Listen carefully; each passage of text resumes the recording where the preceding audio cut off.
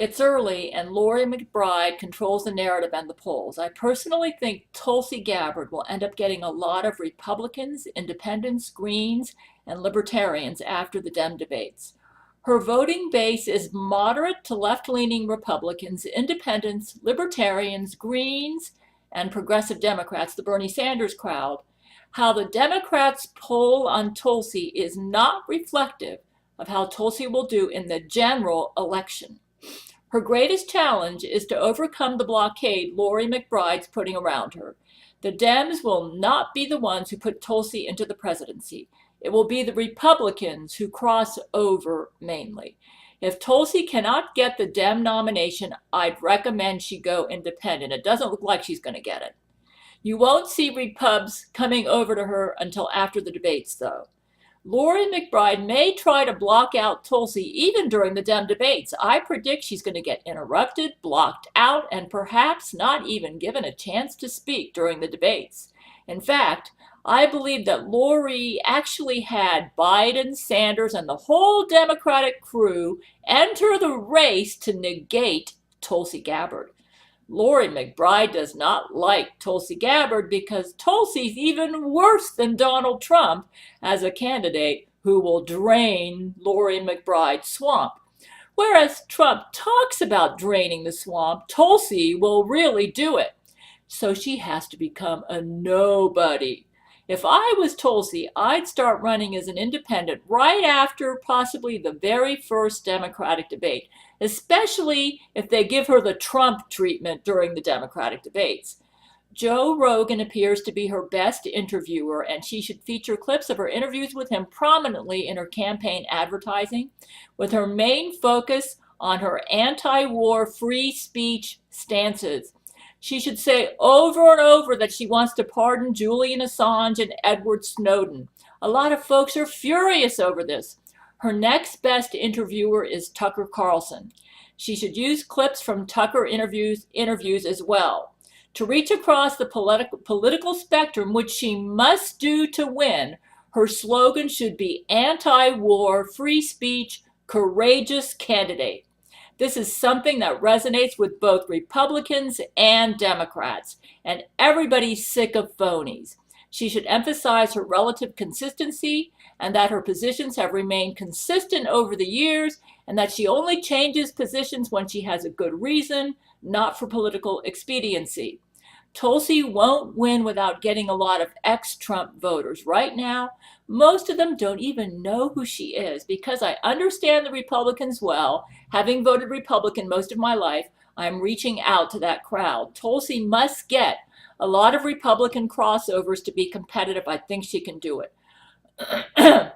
I know the Green Party's offered her a spot, but she'd stand a better chance beating Trump as an independent, I think. If she doesn't get the Dem nomination, and I don't think she's going to get it, she needs Republican voters to be competitive, and most Republicans will not vote for a Green Party candidate.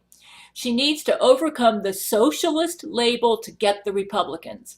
It won't be the Dems who put her into the White House. It will be the Republicans who've abandoned Trump because of his hypocritical war hawk policies. And also, he's actually not following through in a lot of his immigration policies, too. A lot of Republicans are mad at Democrats and vice versa, and to get out of this quagmire, Tulsi needs to run as an independent, so people will see her as a person and not a party. Actually belonging to either the Dem or Republican Party is a liability more than an asset right now for this reason. If Tulsi runs as an independent, she can reach reasonable people from all across the spectrum.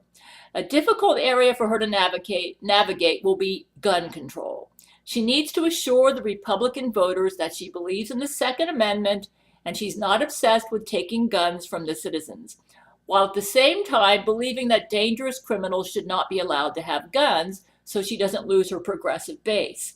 Unfortunately, this is where she'll lose the majority of Republican voters. However, there are centrist Republicans who would resonate with her anti-war free speech stances, and when she talks about gun control, she needs to come across reasonable and admit that some of the terrorist incidents that have happened could have been rigged to unnecessarily take guns away from law-abiding citizens.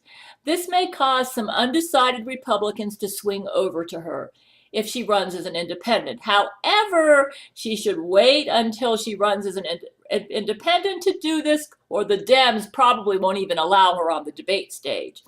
She could do this as spite for being rigged out of the Dem nomination if this is how she really feels. I personally think she should keep this low-key throughout her campaign and make her main focus her passion against regime change wars and free speech. All this Russia hysteria that the establishment Dems are using on her will resonate with her future Republican voters, and this will only help her to get Republican votes away from Trump. The ones who voted for Trump in 2016 and have seen him break half his promises will see Tulsi as the real deal that they thought Trump was, and she'll steal Republicans away from Trump. This is how this gal will win. She should not count on the Dems to give her the presidency, but the Republicans who abandoned Trump. But she should play low-key on issues that many Dems would not like, their fanatical abortion stances, fanatical gun control stances, and fanatical immigration stances. Except her stance on regime change wars and free speech, and only reveal her full deck when she runs as an independent. As an independent candidate, she needs to come across reasonable, sane, and balanced on the issues of abortion, gun control, and immigration. She won't win the fanatical Republicans like the ones behind the Alabama abortion laws, and shouldn't worry about this, but concentrate on her base: moderate to left-leaning Republicans, libertarians, centrists, independents, Greens, and last but not least, the progressive Dems. This is key to winning the Republican vote and still not alienating her progressive base. Her greatest strength is that she appears intelligent and courageous on foreign policy and free speech, which is an area where we're having some big problems today. This needs to be the image she wants everyone to have of her. She must run as the candidate who's against partisan bickering and wants to heal the divide and put into action sane, reasonable, courageous, and balanced legislation that does not cater to partisan politics and bickering, but is what is best for the people regardless of party. She needs to focus on Trump's record, which speaks louder than his words. After the debates, she also needs to focus on hypocrisy in the Dems and point out inconsistencies in their policies that she despises to win over Republicans and progressive Dems too, and study how Tucker Carlson attacks the Dems, and whenever she agrees with him, to point it out. Tucker is pretty spot on about a lot of things. She should say proudly that she's running third party because the establishment controls both parties and she represents all the people, not parties. As far as financing, I'm going to ask my men to take regular offerings at Church of Gail. We have millions of members from all over the world for Tulsi's campaign, and to give these offerings regularly to Tulsi to finance her independent run as a third party candidate for the U.S. presidency. Our church members come from all over the world, but American Brent Spiner's the pastor, and we only accept contributions from those nations that honor conspiracy law. We'll give her the offerings as a gift from Church of Gail. We do have some Russians in our membership, and we will not stop them from giving if they desire to, but the offerings are not coming from the Russian government, but church members in a church with Russian members, including Vladimir Putin. Ha ha ha! Lori McBride, hello! We can reveal on Gabriel Tana Fox News that Tulsi's campaign is largely funded by Church of Gail and not be in violation of campaign finance laws, since my conspiracy law is the law of the land overriding the Constitution. And under conspiracy law, financial donations from other countries are allowed as long as the voters know this. We'll be fully transparent, unlike Hillary Clinton, who did a lot of behind-the-scenes deals. Hillary's campaign was largely financed by Israel and George Soros. Israel right now is in sin, and I believe has been kicked out as a conspiracy law-honoring nation. The difference between Tulsi and those who claim to be patriotic is the Dems have gotten foreign money for their campaigns for years, and nobody knows about it. Under my law, as long as the donations come from a conspiracy law-honoring country, foreign donations are allowed. It's only required we be transparent about who's financing our campaign. No secrets and funding allowed. Our Church of Gail, composed of members from all over the world, will finance Tulsi's independent run, And if Lori McBride and her hypocritical Dems want to make a stink about it, we'll expose all their underground financing from Soros and Israel on Gabriel Chana Fox News. We'll also expose that Trump gets a lot of secret support from crony capitalists, Israel and Soros too.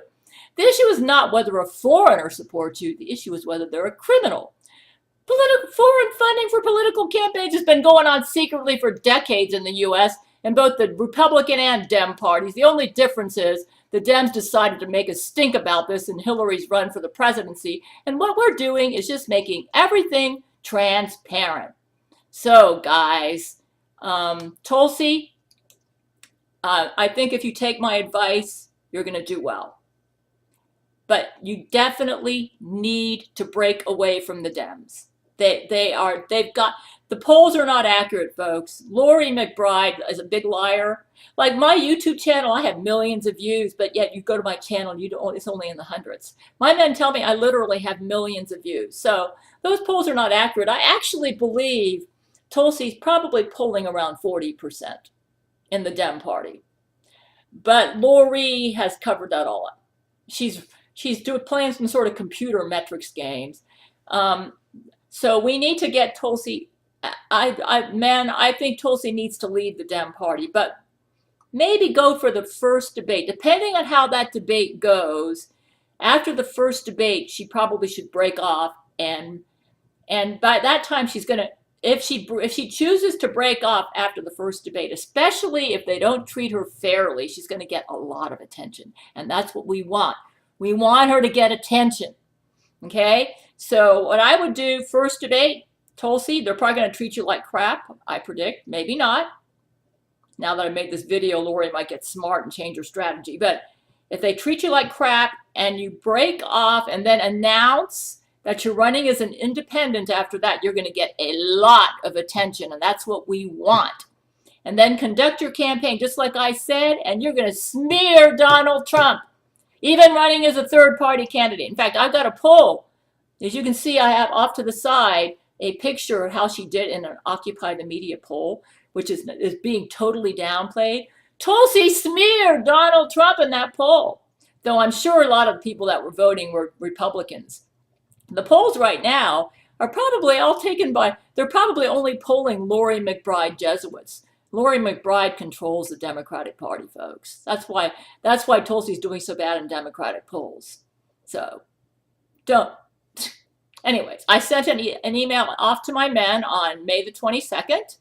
I said, dear men, I want us to take regular offerings from Church of Gail to support Tulsi Gabbard's run as an independent. Oh, and you need to be proud of this, Tulsi. It's going to make a big independent candidate for U.S. president. Tell Tulsi I recommend she go independent sometime after the Dem debates. Probably don't want to wait too long. We need to start getting your image out there. Branding's important in running an election. Remember, courageous, you're for free speech, you're anti-war, you're the reasonable, you're the intelligent, courageous candidate who's anti-war, against the military-industrial complex, free speech. That's your focus. Trump won by getting his brand out there. He's really good at marketing, and you need to be good at marketing too, Tulsi. Because even though I think you will win, you need to have a landslide to overcome Lori McBride's control over the media. You need a landslide, okay? So anyways, I sent my guys an email, and if you want to support Tulsi's campaign, I'll have some links. Oh, she had a great Tucker Carlson interview. I'm going to have a link to that underneath this video too.